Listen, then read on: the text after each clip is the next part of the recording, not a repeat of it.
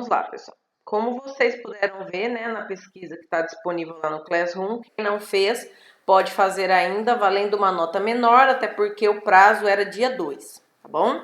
Então a gente vai falar um pouquinho sobre as lutas do mundo, e dentre as lutas do mundo, caderno do aluno, assim como eu concordo, nós vamos trabalhar um pouquinho do judô, que é uma luta oriental, né, muito difundida pelo mundo e que tem uma ideologia e todo um código moral de lutas bem interessante, que não só utiliza dos golpes para atingir seus oponentes, mas que tem toda uma filosofia de vida por trás, né, que as pessoas devem seguir na vida, não somente durante a luta.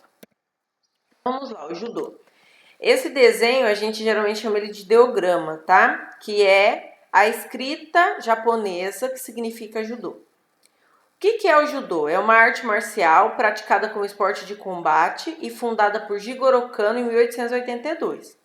Os principais objetivos do judô são fortalecer o físico, a mente e o espírito de forma integrada, além de desenvolver técnicas de defesa pessoal. Então aí a gente tem um pouquinho da contextualização, né, da criação do esporte, que foi criado por um japonês no Japão em 1882, com os objetivos de fortalecer o físico, de atuar como uma arte de defesa pessoal, além de integrar o corpo, a mente e o espírito, tá? Realização do judô. Durante anos, o jovem Jigoro Kano, criador do judô, se dedicou a fazer um estudo completo sobre as antigas formas de autodefesa e procurando encontrar explicações científicas aos golpes baseadas em leis de dinâmica, ação e reação. Selecionou e classificou as melhores técnicas dos vários sistemas de Jujutsu, ou em um novo estilo chamado de Judô, ou caminho suave. Ju é suave e do, caminho ou via. Então, Judô é caminho suave, tá? E o que esse trechinho quer dizer? Que esse criador do judô, ele foi pegando técnicas de várias outras artes marciais que ele conhecia, que eram difundidas lá no Japão, para criar o judô, tá? Para que ele fosse um esporte, né, que se baseasse em leis dinâmicas de ação e reação. Em 1882, o mestre Kano fundou o Instituto Kodokan. O termo Kodokan se decompõe em Ko, palestra, Do, caminho e Kan, instituto. Assim, Kodokan significa lugar para estudar o caminho, assim como a gente viu, e Judô significa caminho suave. O que explica muito bem a intenção do fundador da arte. Além de tornar o ensino da arte marcial um esporte, Jigoro Kano desenvolveu uma linha filosófica baseada no conceito de Ippon Shobu, luta pelo ponto perfeito, e um código moral. Assim, ele pretendeu que a prática do judô fortalecesse o físico, a mente e o espírito, tá? Só um minutinho, pessoal. Probleminha técnico aqui. Beleza. Então, quando ele criou o esporte, ele já pensou que esse esporte se daria de uma forma em que teria um ponto perfeito e que todos os atletas sempre buscariam esse ponto perfeito, que é chamado de Ippon, né? Quem conhece um pouquinho, pesquisou um pouquinho mais a fundo o judô, sabe que o ponto perfeito do judô, assim, é chamado de Ippon, que é onde a luta termina. É o ponto pelo qual todos os atletas buscam. E, fora essa busca pelo ponto perfeito, tem toda uma parte filosófica de conhecimento individual, de respeito pelo adversário, respeito pelo próximo, né? Que se baseia no código moral da modalidade. Assim, ele pretendeu que a prática do judô fortalecesse o físico, a mente e o espírito de uma forma integral. Com seu trabalho, Jigoro Kano conseguiu criar uma modalidade que não se restringe a homens, e muito menos a homens fortes. Essa modalidade que ele criou pretendia se estender a todas as pessoas, mulheres, crianças, idosos, jovens, de qualquer idade, com qualquer peso, com qualquer característica física, tá? Então, ele pretendia criar uma modalidade de luta que englobasse todas as pessoas. Contextualização do judô. O judô utiliza basicamente a técnica de usar a força e o equilíbrio do oponente contra ele. Então não é uma luta onde sempre o mais forte vence ou o maior vence, né? Por quê? Porque essa luta se baseia em usar as habilidades do adversário contra ele. As minhas a meu favor e a do adversário contra ele mesmo. Palavras ditas por Mestre Kano para definir essa luta são arte em que se usa ao máximo a força física e espiritual. A vitória, ainda segundo seu mestre, representa um fortalecimento espiritual. Então, aqui na imagem, nós vemos um dos golpes do judô, onde o atleta de branco utiliza alguns dos golpes para fazer com que o adversário caia ao solo de uma maneira que bata as costas no chão, considerado o ippon, que é considerado ponto perfeito. Código moral do judô. Visando fortalecer o caráter filosófico da prática do judô e fazer com que os praticantes cresçam como pessoa, o mestre idealizou um código moral baseado em 8 princípios. Cortesia, que é ser educado ao tratar os outros. Coragem, enfrentar as dificuldades com bravura, não ter medo, não temer o adversário. Honestidade, ser verdadeiro em pensamentos e ações. Honra, fazer o que é certo e se manter de acordo com os princípios. Modéstia, não agir e nem pensar de maneira egoísta. Respeito, conviver harmoniosamente com os outros. Autocontrole, comandar sempre as suas emoções. E amizade, ser bom companheiro e amigo. Então, o Código do Judô prevê esses 8 princípios aí que todo atleta tem que ter dentro do tatame e também fora. Local de prática do judô. A luta acontece em uma plataforma chamada de tatame, que é uma área quadrada formada por finos colchões de 2 por 1, sendo que eles se encaixam de forma a completar o tatame. Este deve ter de lado um tamanho entre 14 e 16 metros, que se divide em 3 áreas: área de combate, área de perigo e área de segurança. A gente aqui na imagem vai ter explicitamente para ver depois. A área de combate, ela se localiza no centro do tatame, mede de 8 a 10 metros e é onde os judokas combatem e marcam seus pontos. Existe apenas 2 marcas dentro dessa área, que é onde cada um deles começa a luta e termina também. Área de perigo. Essa área geralmente é uma área marcada de cor vermelha e fica em volta da área de combate e tem 1 metro de largura. Ela é vermelha para avisar aos judokas que estão prestes a sair da zona pontuável e que dessa forma eles têm que fazer movimentos para voltar à área de combate. A área de segurança, ela existe apenas para dar alguma folga, né, antes que o atleta caia lá de cima, né? E ela mede 3 metros de largura. A área de segurança não é possível pontuar lá dentro. Nas outras 2, sim, tá? Na área de perigo dá para pontuar. Então aqui, ó, área de combate, que tem 2 marcas apenas, tá?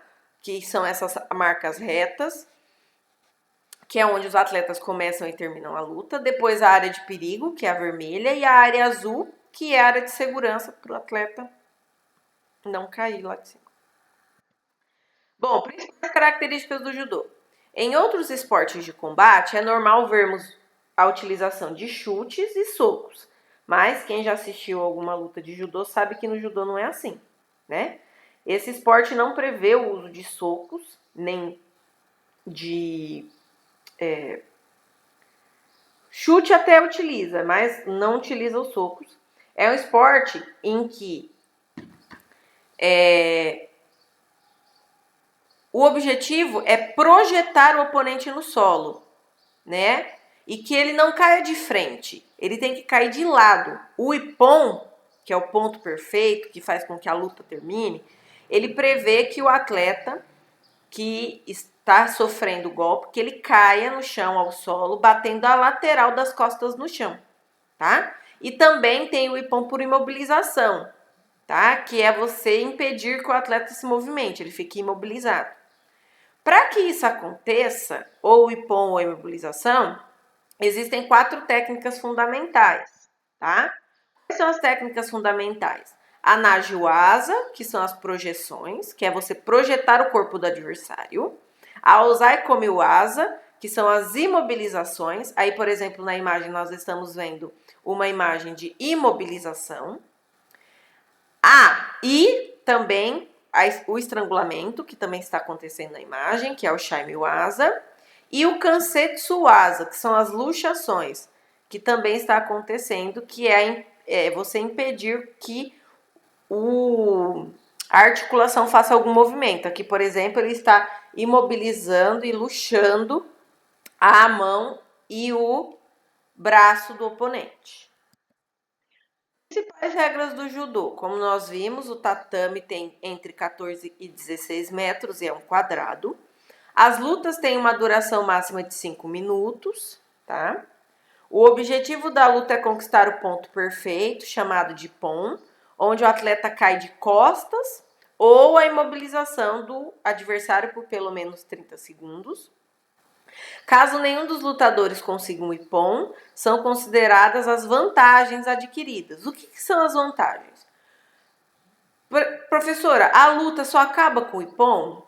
Sim. Só que o que acontece?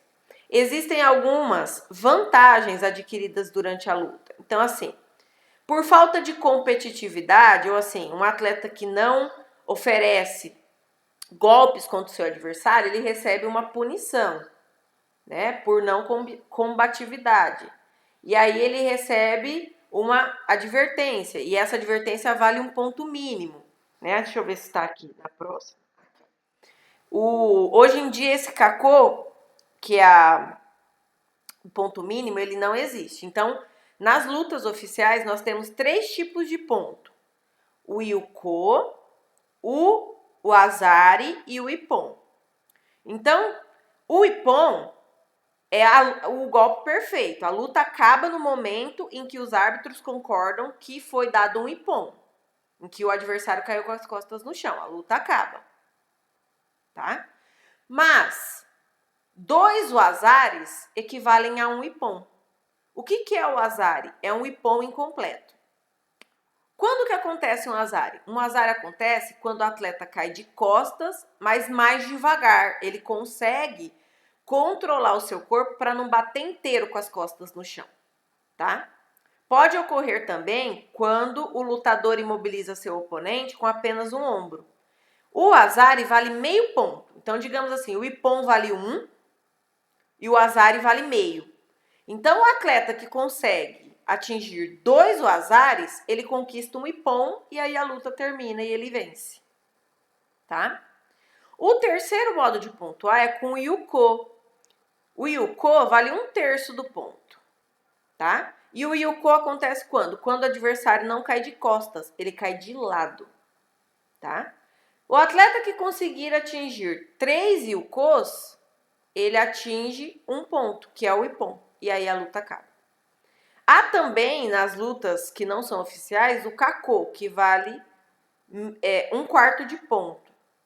Então, mas nas lutas oficiais, a gente não tem a utilização do Kakô, são só os outros 3, Yuko, o Azari e o Ippon. Essas formas de queda não finalizam a luta, mas elas vão se aglomerando a fim de atingir um Ippon. Então, uma luta pode terminar, por exemplo, com 2 wazaris, com 3 Yukos, ou até mesmo com 2 Kakôs e 1 Azari, nas lutas em que o Kakô vence. Porque o Kakô vale 1/4, 2 Kakôs vale meio. Com mais um Azari, que vale meio, soma-se 1, que é o Ippon. Penalizações. É diferente das advertências, tá? As penalizações são dadas nas imobilizações, tá? Então, se eu consigo imobilizar meu adversário de 1 até 14 segundos, ponto 9, eu não ganho ponto. Então, até 15 segundos de imobilização não vale nada. De 15 a 19,9 segundos, eu consigo um Yuko. De 20 segundos a 24,9 segundos, eu consigo um Azari. E depois de 25 segundos de imobilização, eu consigo um Ippon, tá? Outras penalizações. Shido é uma penalização fraca, onde geralmente o árbitro só chama a atenção do atleta por algum erro ou alguma falta de combatividade. E não dá ponto para ninguém. O shui é aplicado em casos mais graves, né? Ou quando se aplica ao lutador seu segundo shido. Então, por exemplo, é igual no futebol. O árbitro vai lá e chama atenção uma vez. Na segunda vez, ele já vai lá e dá um cartão amarelo, né? Então, é a segunda chamada de advertência. O Keikoku é atribuído quando o lutador já tem um shu, então ele já foi advertido 2 vezes, né? E aí ele recebe um shido, é a terceira, né? Essa penalidade não encerra o combate, então continua, né? Mas o outro adversário ganha pontos.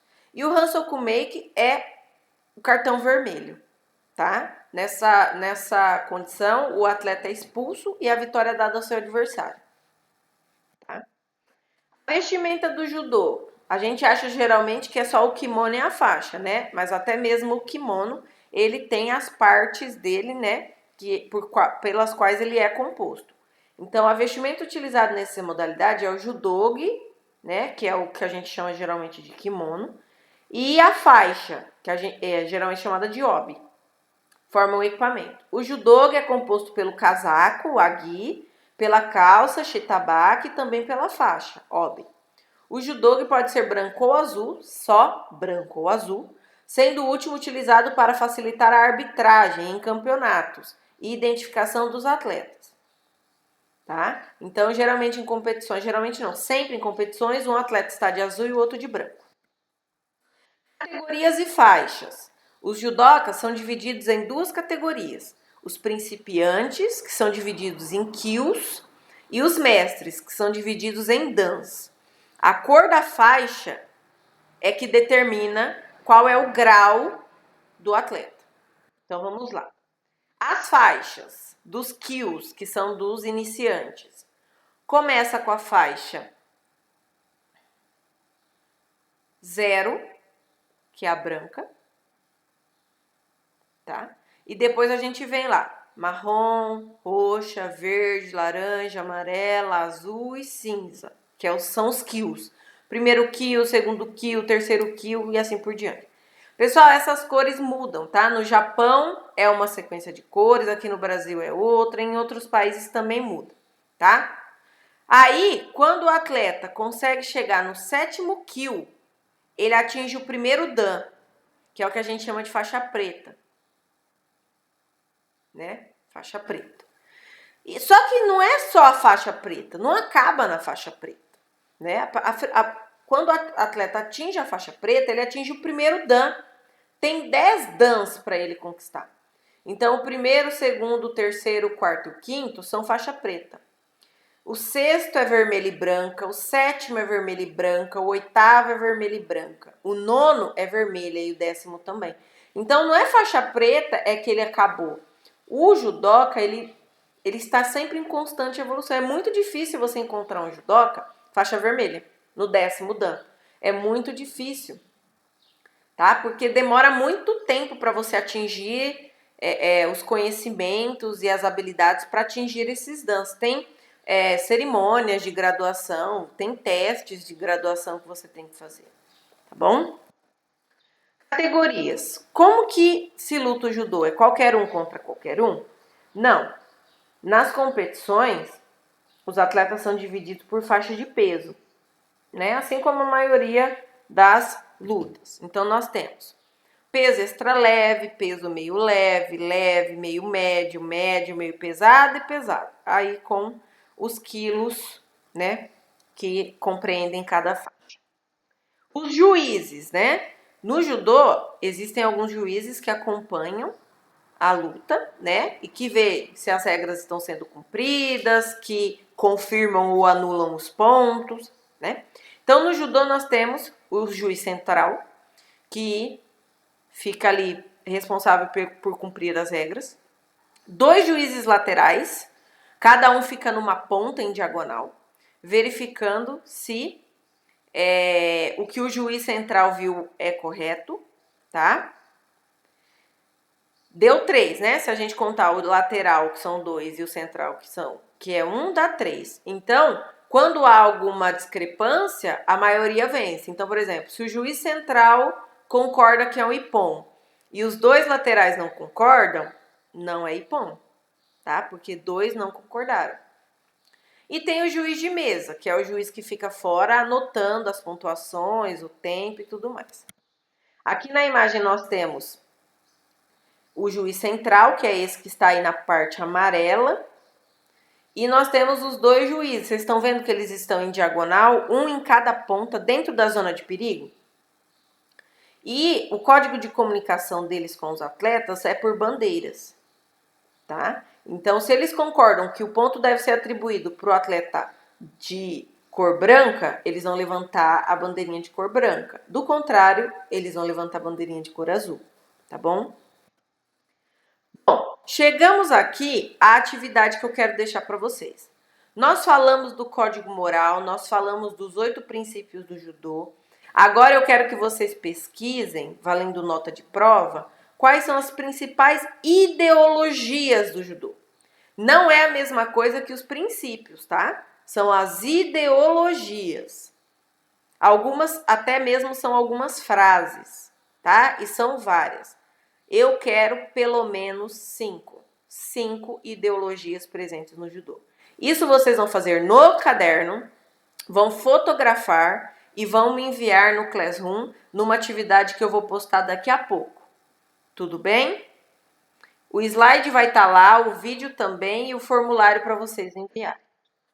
Bom, era isso que eu tinha previsto para a aula de hoje. Aqui para ver se alguém tem alguma dúvida. Pessoal, alguém tem alguma dúvida? Ficou algo sem entender? Pode mandar pelo chat, pode abrir o microfone e perguntar. E quem não tiver dúvida pode mandar um ok.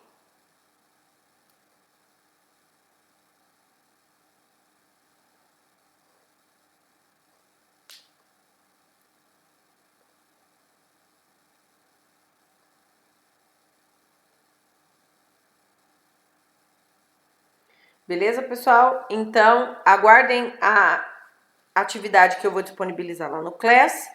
Façam para garantir a nota, tá bom?